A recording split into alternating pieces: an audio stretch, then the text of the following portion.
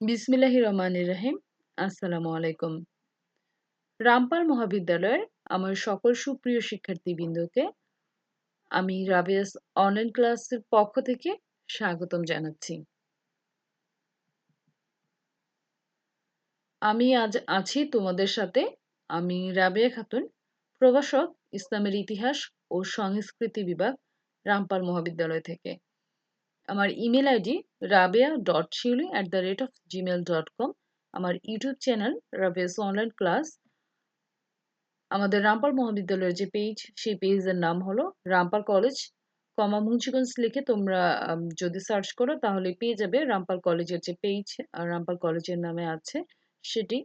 এই ৩টি কমিউনিকেশন ওয়ের মাধ্যমে তোমরা আমাদের সাথে যোগাযোগ করতে পারো। বিশেষ করে আমার সাথে যোগাযোগ করতে পারো। তো আম আমরা আজকের ক্লাসে প্রবেশ করার আগে তোমাদের একটু কথা বলে নিচ্ছি। সেটা হলো যে তোমরা ১ম বর্ষে যারা আছো, তারা হয়তো জেনে গেছো ইতিমধ্যে যে তোমাদের আম ১ম মিডটার্ম পরীক্ষার আয়োজন করা হয়েছে। তো আমি আমার যে পূর্বের ক্লাসটি আছে, সে প্রিভিয়াস ক্লাসে আমি তোমাদের সিলেবাস সম্পর্কে একটা ধারণা দিয়ে দিয়েছিলাম। তারপরও আমি আরেকবার তোমাদের সেই সিলেবাসটা একটু বলে দিচ্ছি।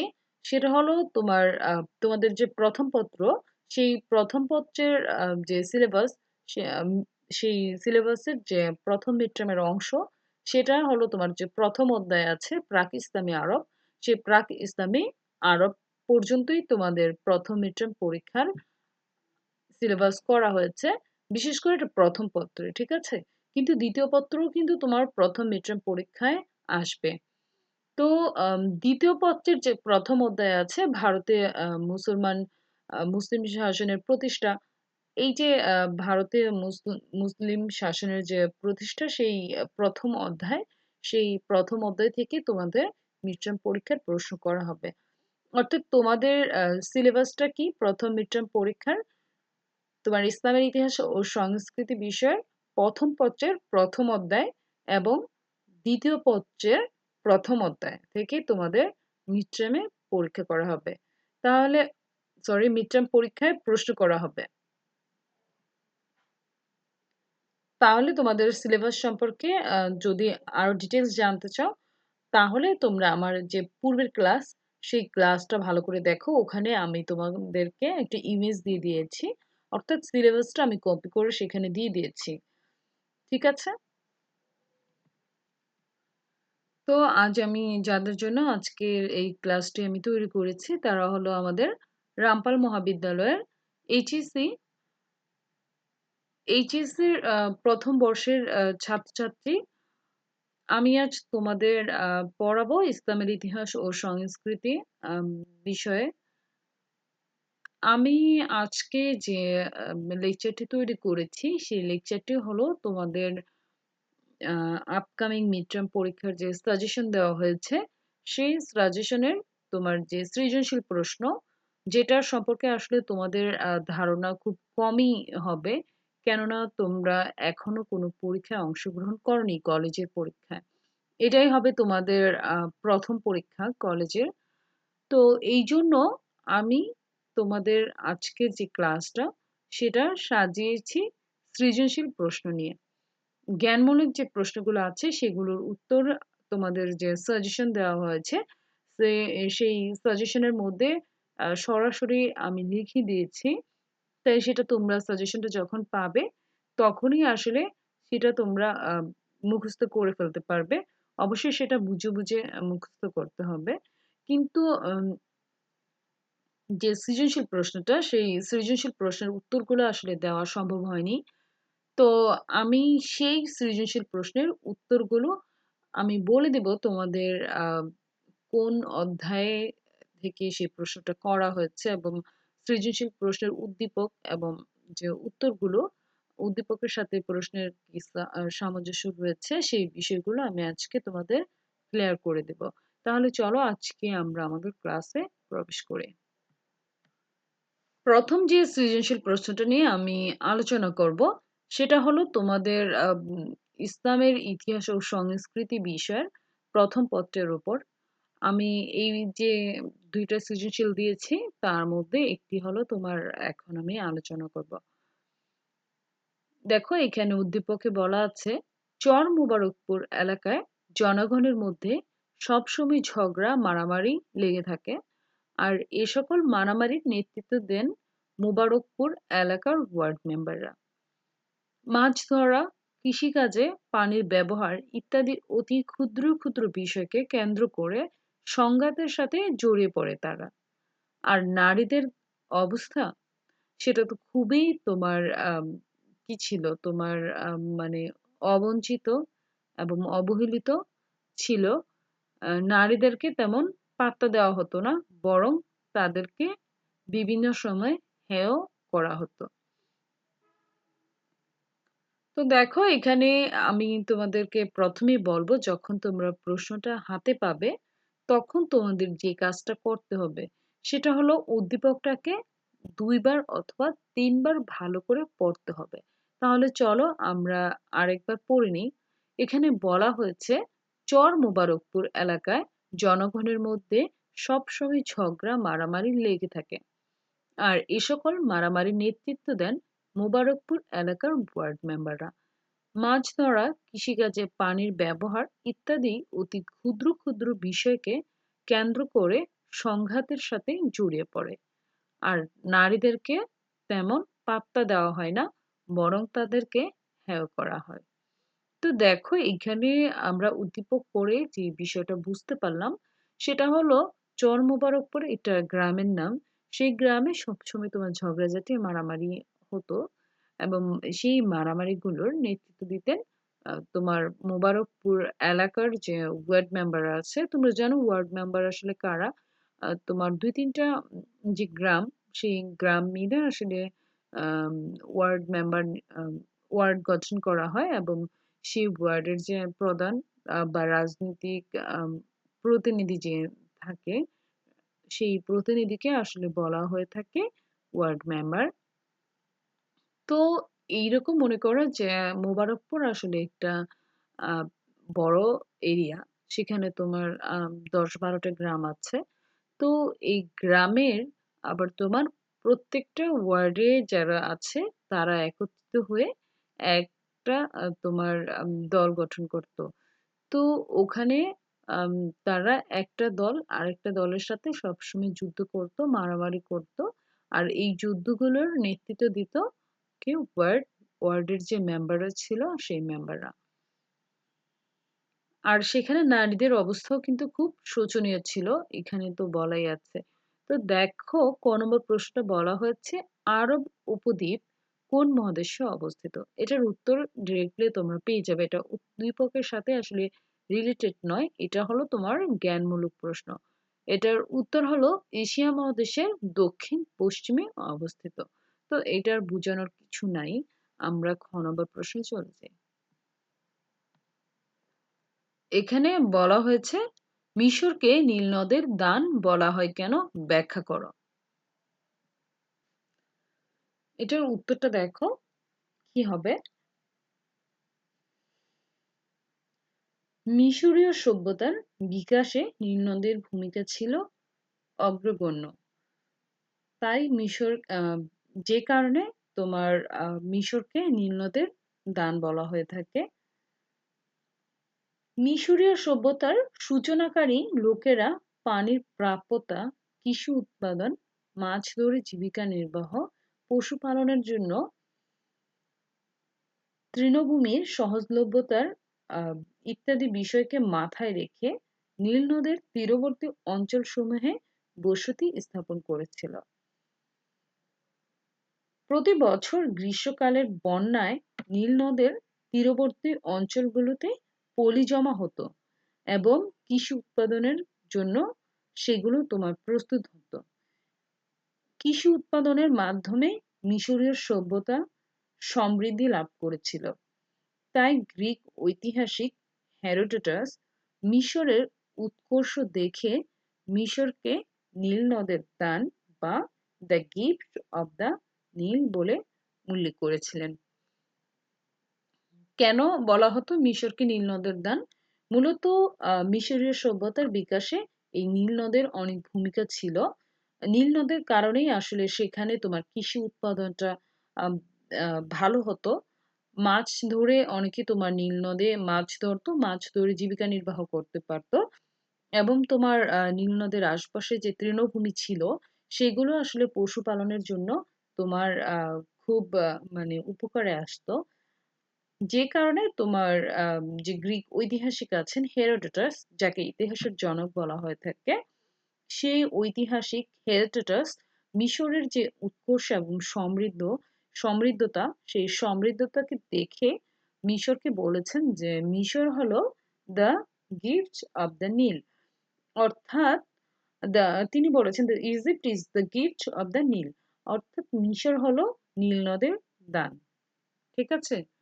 তার পরের দেখো কি বলেছে, পরের প্রশ্নটা, নম্বর প্রশ্নটা, সেটা হলো তোমার আম, উদ্দীপকে উল্লেখিত ওয়ার্ড মেম্বারদের সাথে ও ওয়ার্ড ব্যবস্থার সাথে প্রাচীন আরবের কোন ব্যবস্থার মিল রয়েছে? দেখো আমি তোমাদের পড়িয়েছিলাম কিন্তু প্রাক ইসলামিক যে আরব ছিল সেই আরবেও কিন্তু তোমার বিভিন্ন গোত্রে বিভক্ত ছিল। এই উদ্দীপক যেমন তোমার ওয়ার্ডে বিভক্ত ছিল, সেরকম তোমার যে প্রাক ইসলামী আরব, সেই আরবের যে সমাজ ব্যবস্থা সেটাও কিন্তু তোমার বিভিন্ন গোত্রে বিভক্ত ছিল এবং প্রত্যেকটা গোত্র ক্ষুদ্র ক্ষুদ্র বিষয়কে কেন্দ্র করে তোমার নিজেদের মধ্যে যুদ্ধে লিপ্ত হতো। হ্যাঁ, তো ১ম এই তুমি এই প্রশ্নটা পাওয়ার পরে যখন উদ্দীপকটা পড়বে এবং ক এবং খ নম্বর উত্তর করা শেষ করবে, তখনই তুমি নম্বর প্রশ্নটা যখন পড়বে, তখন উদ্দীপকটা ২ বার পড়ে নিবে, হ্যাঁ? পড়ে নেওয়ার পরে দেখবে যে উদ্দীপকের সাথে তোমাদের যে টেক্সট বুক, সেই টেক্সট বুকের কোন বিষয়গুলোর মিল রয়েছে, সেটা খুঁজে বের করার চেষ্টা করবে। তো যখন তোমরা টেক্সট বুক থেকে মিলানোর চেষ্টা করবে, তখন তোমরা ১ম থেকেই মিলানোর চেষ্টা করবে যে তুমি কোথায় পড়েছো, কোন অধ্যায় পড়েছো, আম এই বিষয়টা তুমি কোথায় পড়েছো, কোন চ্যাপ্টার পড়েছো সেটা মনে করার চেষ্টা করবে। তাহলে দেখো উদ্দীপকের উত্তরটা কি হবে? উদ্দীপকে উল্লেখিত ওয়ার্ড মেম্বারের সাথে ও ওয়ার্ড ব্যবস্থার সাথে প্রাচীন আরবের যে সমাজ ব্যবস্থা রয়েছে, সেই সমাজ ব্যবস্থার এবং যে গোত্র আ প্রধান যিনি ছিলেন, সেই ওয়ার্ড মেম্বারদের সাথে আসলে তোমার গোত্র প্রধানদের মিল রয়েছে এবং যে ওয়ার্ড ব্যবস্থা, সেই ওয়ার্ড ব্যবস্থার সাথে আম প্রাক ইসলামী আরবের যে সামাজিক অবস্থা বা সমাজ পরিচালনার যে রীতিনীতিগুলো তাদের ছিল, অর্থাৎ সমাজ ব্যবস্থা যেটাকে আমরা বলে থাকি, সেই সমাজ ব্যবস্থার মিল রয়েছে। তাহলে এটা তোমরা উদ্দীপকে তো দেখেছো আসলে ওয়ার্ড মেম্বাররা তোমার এই যুদ্ধগুলোর ওই মারামারিগুলোর নেতৃত্ব দিত। ঠিক একইভাবে তোমার প্রাক ইসলামী আরবের যে গোত্র, বিভিন্ন গোত্রের মধ্যে যে যুদ্ধগুলো হতো, সেই যুদ্ধগুলোর নেতৃত্ব দিত সেই আ সমাজের তোমার গোত্রপতিরা। তো দেখো এইখানে তো এটা ক্লিয়ার হলো। তারপরে বলা হচ্ছে যে ওয়ার্ড ব্যবস্থার সাথে প্রাচীন আরবের কোন ব্যবস্থার মিল রয়েছে। তো ওয়ার্ড ব্যবস্থার সাথে দেখো ওয়ার্ড ব্যবস্থায় কিন্তু তোমার অতি ক্ষুদ্র ক্ষুদ্র বিষয়গুলো নিয়ে তাদের মধ্যে তোমার যুদ্ধ বিগ্রহ বা মারামারি হয়ে যেত। ঠিক তেমনই তোমার প্রাক ইসলামী আরবেও তোমার ক্ষুদ্র ক্ষুদ্র বিষয়গুলো নিয়ে একজন আরেকজনের সাথে তোমার কি হয়ে যেত, শত্রুতা শুরু করে দিত। এবং তোমার প্রাক ইসলামী আরবে যেমন তোমার গোত্র প্রতি তোমার সকল সদস্যেরই তোমার একটা বিশেষ শ্রদ্ধাবোধ কাজ করত। ঠিক তেমনই এখানে ওয়ার্ডের যে ব্যবস্থা, সেই ওয়ার্ড ব্যবস্থার প্রতি ওয়ার্ডের যে সদস্যরা ছিল তারা অনুগত ছিল। আরেকটি বিষয় দেখো, সেখানে কিন্তু বলা হয়েছে উদ্দীপকে যে নারীদেরকে আসলে কেউ তখন পাত্তা দিত না। হ্যাঁ, মূলত তাদেরকে কি করা হতো তোমার তাদেরকে আসলে হেয় করা হতো। ঠিক তেমনি তোমার প্রাচীন যে সমাজ ব্যবস্থা, প্রাচীন আরবের যে সমাজ ব্যবস্থা ছিল, সেই সমাজ ব্যবস্থার তোমার কন্যা সন্তান হলে তাদেরকে জীবন্ত মাটিতে পুঁতে ফেলা হতো। এবং নারীদেরকে একটু ভোগ্য পণ্য হিসেবে ব্যবহার করা হতো। আমি এটি তোমাদের আ যে প্রথম না দ্বিতীয় অথবা তৃতীয় লেকচারে আমি ডিটেলস বলেছিলাম যে প্রাক ইসলামী আরবের সামাজিক অবস্থাটা কেমন ছিল। তো সেটা তোমরা ভালো করে পড়বে, তাহলে তোমরা বুঝতে পারবে। তাহলে আম ঠিক উদ্দীপকে যেমন নারীদেরকে তোমার কি করা হতো না, হেয় করা হতো, কোনো শ্রদ্ধা করা হতো না। ঠিক তেমনই তোমার প্রাক-ইসলামী আরবেও নারীদের অবস্থা ছিল তোমার শোচনীয় অবস্থা। এমনকি কন্যা সন্তানকে হত্যা করতে তারা নিজেরা নিজেদেরকে মানে গর্ববোধ করত নিজেদেরকে নিয়ে। তাহলে দেখা গেল যে উদ্দীপকে উল্লিখিত ওয়ার্ড মেম্বারের সাথে মিল রয়েছে গোত্রপতিদের, এবং ওয়ার্ড ব্যবস্থার সাথেই মিল রয়েছে যে প্রাক-ইসলামী আরবের যে প্রচলিত সমাজ ব্যবস্থা ছিল সেই সমাজ ব্যবস্থার সাথে মিল রয়েছে। তার পরের প্রশ্নটা দেখো, বলা হয়েছে যে উক্ত ওয়ার্ড ব্যবস্থার আলোকে প্রাচীন আরবের সামাজিক অবস্থার চিত্র বিশ্লেষণ করো। তো এইখানে তোমরা উক্ত ওয়ার্ড ব্যবস্থার আমরা দেখি, তোমরা লিখবে যে আমরা উদ্দীপকের মাধ্যমে জানতে পারি যে উক্ত ওয়ার্ড ব্যবস্থায় আসলে উম, অতি ক্ষুদ্র ক্ষুদ্র বিষয়গুলোকে কেন্দ্র করে ওয়ার্ডের যারা আম, মানে সদস্য ছিল, আ এক ওয়ার্ড আম এক ওয়ার্ড অন্য ওয়ার্ডের সাথে বিভিন্ন সময়ে অতি ক্ষুদ্র, ক্ষুদ্র বিষয়গুলোকে কেন্দ্র করে বিভিন্ন যুদ্ধ, এবং যুদ্ধ না আসলে মারামারি ঝগড়া ফাসাদে তোমার লিপ্ত হতো। হুম? আ তো এই যে এই ওয়ার্ড ব্যবস্থার তোমার যিনি প্রধান ছিলেন তিনি হলেন ওয়ার্ড মেম্বার। এই ওয়ার্ড মেম্বারের নেতৃত্বেই মূলত এই ঝগড়া ফাসাদ এবং মারামারিগুলো হতো। ঠিক তেমনই আম এবং এখানে আরেকটা জিনিস মেনশন করে নেবে যে এই উক্ত ওয়ার্ড ব্যবস্থায় নারীদের কোনো মূল্য ছিল না। নারীদেরকে আসলে পাত্তা দেওয়া হতো না। তাদেরকে বিভিন্ন সময় হেয় প্রতিপন্ন করা হতো। ঠিক এরকমভাবেই প্রাচীন আরবের যে একটা সামাজিক চিত্র, আমি তো মানে সামাজিক যে অবস্থা, সেই সামাজিক অবস্থার মিল রয়েছে। তারপর কি মিল রয়েছে সেটা আমি তোমাদের ১ম লেকচারে বলে দিয়েছি। তোমরা সেখান থেকে প্রাচীন আরবের যে সামাজিক অবস্থা, সেই অবস্থার কয়েকটা পয়েন্ট তোমরা এখানে নিয়ে আসবে। এবং পয়েন্টগুলোর মধ্যে অবশ্যই ১ম এ যে জিনিসটা আনতে হবে, তোমার ওয়ার্ড প্রধান যিনি অর্থাৎ মেম্বারের সাথে তুলনা করতে হবে গোত্রপতিকে, এবং তোমার ওয়ার্ডের যে সমাজ ব্যবস্থা, আ মানে যে ব্যবস্থাপনা আছে, সেই ব্যবস্থার সাথে আসলে প্রাক-ইসলামী আরবের সামাজিক অবস্থারই কিন্তু মিল রয়েছে। সেই বিষয়গুলো এখানে তোমরা ক্লিয়ার করে লিখে দিবে, হ্যাঁ? তো এখন তোমাদের যে কাজটা করতে হবে সেটা হলো প্রাক-ইসলামী আরবের বা প্রাচীন আরবের সামাজিক অবস্থাটা কেমন ছিল সেটা লিখতে হবে। বই থেকে তোমরা এটা ভালো করে পড়ে নিবে, হ্যাঁ? তো ১ নম্বর প্রশ্নটা গেল। তাহলে আমরা পরের প্রশ্নে চলে যাই, হ্যাঁ? পরের প্রশ্নের যে উদ্দীপক সেখানে বলা হয়েছে, ক নামক একটি দেশে কন্যা সন্তানের হত্যা করে নিজেরা গর্ববোধ করে কন্যাদের অশুভ বলে মনে করা হয়।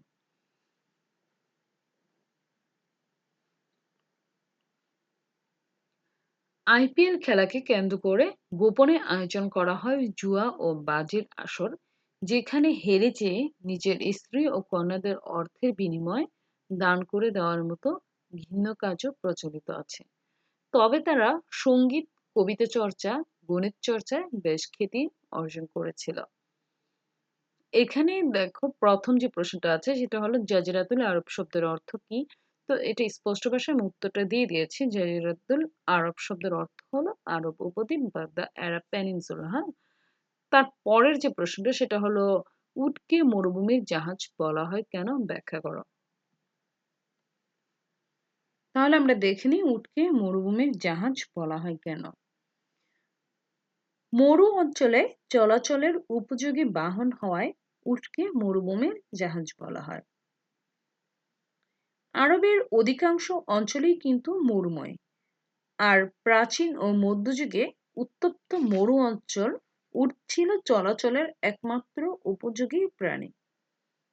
অর্থনৈতিক ও রাজনৈতিক গুরুত্ব বিবেচনায় মরুময় আরবে এটি সর্বাধিক গৃহপালিত প্রাণী ছিল। মরুবাসীরা খাদ্য ও পানীয় সংগ্রহ করতে এবং যোগাযোগ ও ক্রয় বিক্রয়ের প্রধান মাধ্যম হিসেবে উটকে ব্যবহার করত। যে কারণে মরুভূমির উটকে বলা হয় মরুভূমির জাহাজ। ঠিক আছে?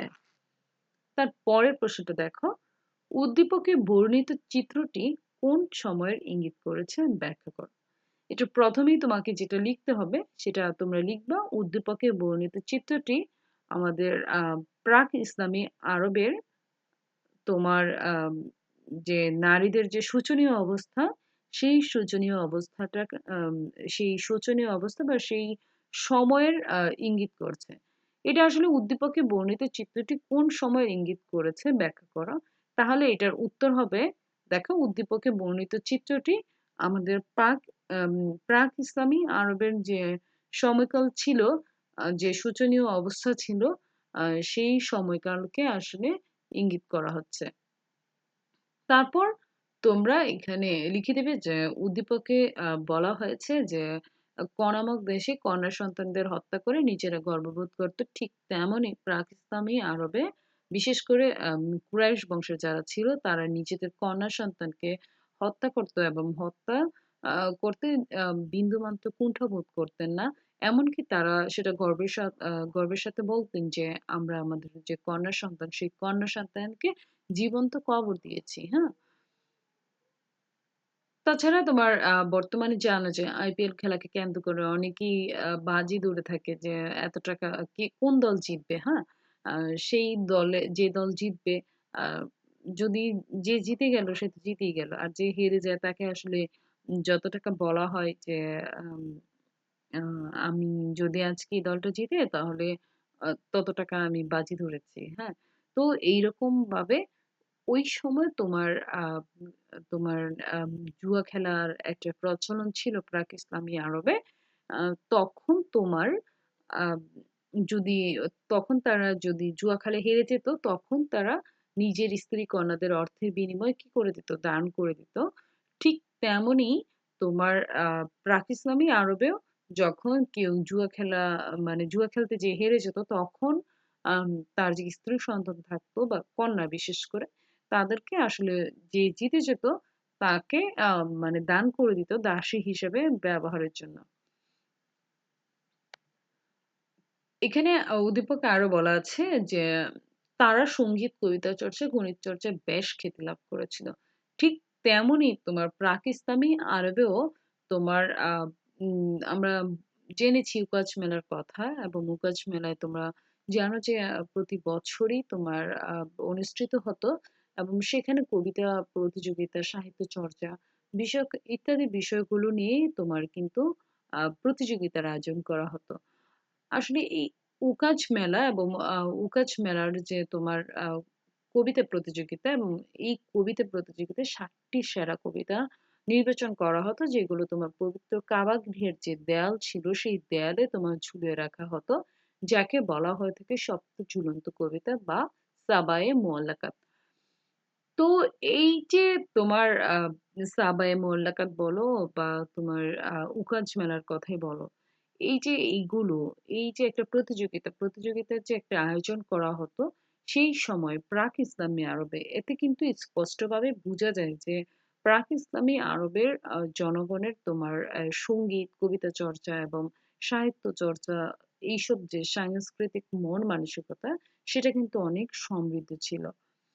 তাহলে আমরা এক কথায় যদি বলতে চাই, শেষে আমরা এটাই বলব যে উপরোক্ত আলোচনার মাধ্যমে আমরা বুঝতে পেরেছি যে উদ্দীপকে বর্ণিত চিত্রটির সাথে প্রাক ইসলামী আরবের যে প্রাক ইসলামী আরবের বা প্রাক ইসলামী যুগ বা আইয়ামে জাহিলিয়ার যে যুগ ছিল, সেই যুগের সাথে বা সেই সময়ের সাথে মিল রয়েছে বা সেই সময়ের ইঙ্গিত করা হয়েছে উদ্দীপকে। তারপর বলা হয়েছে নম্বর প্রশ্নটি, উদ্দীপকের আলোকে উক্ত সময়ে নারীর অবস্থার মূল্যায়ন করো। তুমি এখানে প্রথমেই লিখবে যে উদ্দীপকের আলোকে উক্ত যে জায়গাটা আছে সেখানে লেখো প্রাক ইসলামী আরবের নারীর অবস্থার মূল্যায়ন করা হলো। এটা লিখে তুমি মেইন বই থেকে তোমার প্রাক ইসলামী আরবের নারী এবং শিশু কন্যা সন্তান তাদের যে শোচনীয় অবস্থাটা ছিল সেই শোচনীয় অবস্থাটার চিত্র তুলে ধরবে এবং শেষের যে লাইনটা হবে সেখানে লিখবে যে উপরোক্ত আলোচনার মাধ্যমে আমরা বুঝতে পারলাম যে উদ্দীপকের সাথে আম প্রাক-ইসলামী আরবের সময় উদ্দীপকের মতো প্রাক-ইসলামী আরবের নারীদের অবস্থা ছিল অত্যন্ত শোচনীয় এবং আম শোচনীয় একটি অবস্থা। এটা লিখে দিবে, তাহলেই তোমাদের হয়ে যাবে, হ্যাঁ? তাহলে আজ আমি ২ টি সৃজনশীল প্রশ্ন নিয়ে আলোচনা করলাম। আমি আমার পরবর্তী ক্লাসে আ তোমাদের যে ২য় পত্রে যে সৃজনশীল প্রশ্নগুলো আছে, সেই সৃজনশীল প্রশ্নগুলো আমি তোমাদেরকে ব্যাখ্যা করে দিব, যাতে করে তোমরা আম মেইন বই থেকে উত্তরগুলো খুঁজে পেতে পারো। ঠিক আছে? তাহলে আজ আমি এখানেই শেষ করছি। তোমরা সবাই নিরাপদে থেকো, সুস্থ থাকার চেষ্টা করবে। ভালো থাকো। আল্লাহ হাফেজ।